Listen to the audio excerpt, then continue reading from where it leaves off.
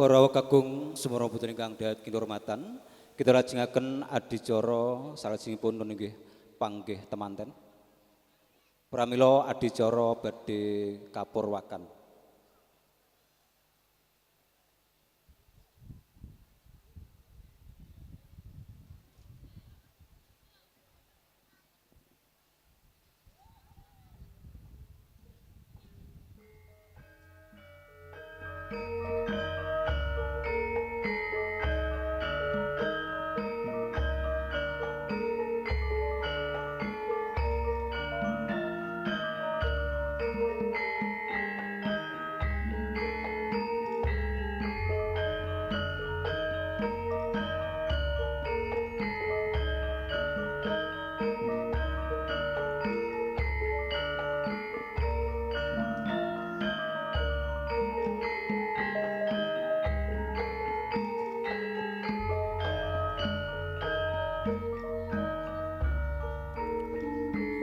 Assalamualaikum warahmatullahi wabarakatuh.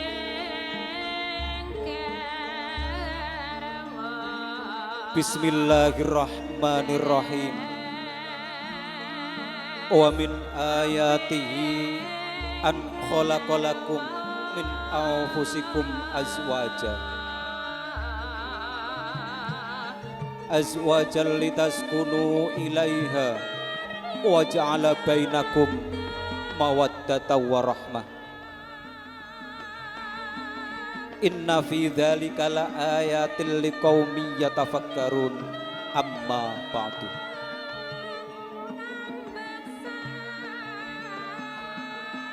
Tentrem rahayu nugroho sih wilasaning Gusti ingkang maha welas lan maha asih. Sanitiyasa langgeng tumedak tumanduk kajiwa kasarira wonten ing jiwangga panjenengan dalasan kula Waradin sagung dumadi raharja rahayu niskala satuhu. Nuwun wonten pangarsanipun para pepunden, para sesepuh saha bini sepuh ingkang satuhu pono ing pamawas lebda ing pitutur ingkang nganggo memardi dhateng pepoyaning kautamen ingkang dahat kinurmatan. Para pangemban-pangembating praja, satriyaning negari, pangayomaning para kawula dasih ingkang sinuba ing pahormatan. Para alim, para ulama ingkang tansah kita dherekaken punapa ingkang dados dawuh pituturipun ingkang luhur ingkang rinten dalu tansah sumanding kitab suci wahyuning ilahi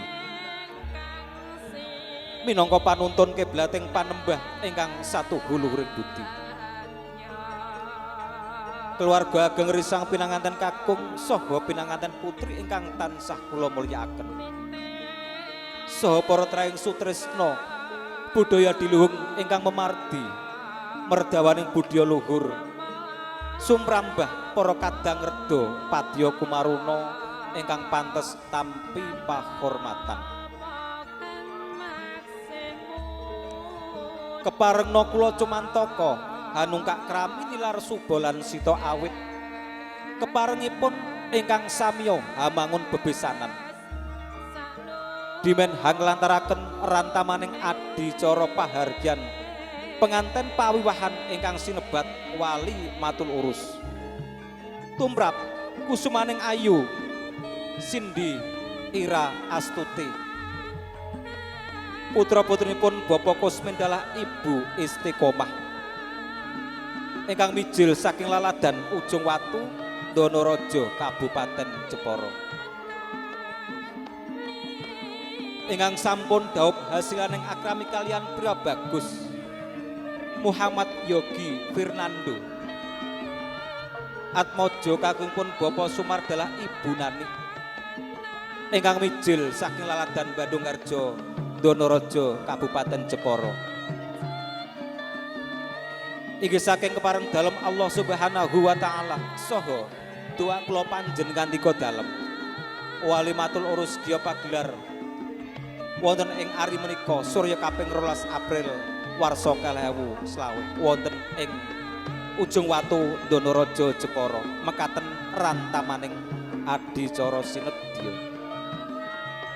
Adicara kang kaika sinebat angka setunggal non nggih. Pambukaning adicara.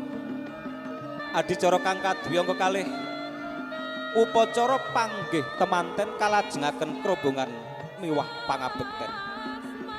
Adicara kang katir angka 3 non nggih kirap kanalendran saking cucuk lampah Gatot ingkang mijil saking laladan Puncel Ndukusti. Wonten adicara kang kaping angka 50 inggih tanggap wacana saha atur pamasrah saking keluarga pinanganten kakung. Wonten adicara kaping angka gangsal nggih atur panampi saha atur pambagya harja. Wonten adicara kaping angka 6 nggih panutup kunjuk doa. Mekaten para bapak, para ibu, para kadang sutresna menggah rantamaning adicara. Ing wasana kula Jojok Panatacara hangaturaken sugeng rawuh, sugeng pinarak, sugeng ing rahmate Gusti Allah. Nuwun, nuwun.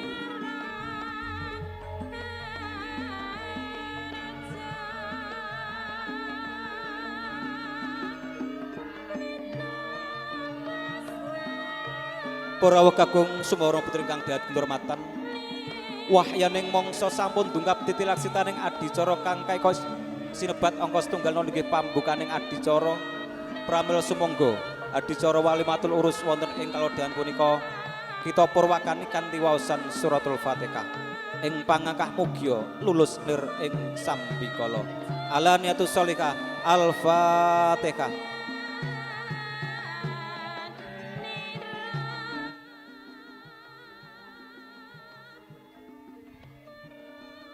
Matur nuwun para kakung sumawana putri ingkang dahat kinurmatan, dungkap titilaksitaning adicara kang kadhuwi angka kalih nggih upacara panggih temanten kalajengaken krobongan miwah pangabekten. Surep Data Pitana hanenggih Puntita Negara Adidasa Purwa eka marang sawiji adil nuwih dasa 10 purwa kawitan. Pramila kacarita sampun dumuging wahyaning kang pinesti. Risang penganten putri kabedol saking gedhong busana kakanthi manjing Balerinengga kalamun Cinandra binarung babaring padang rembulan.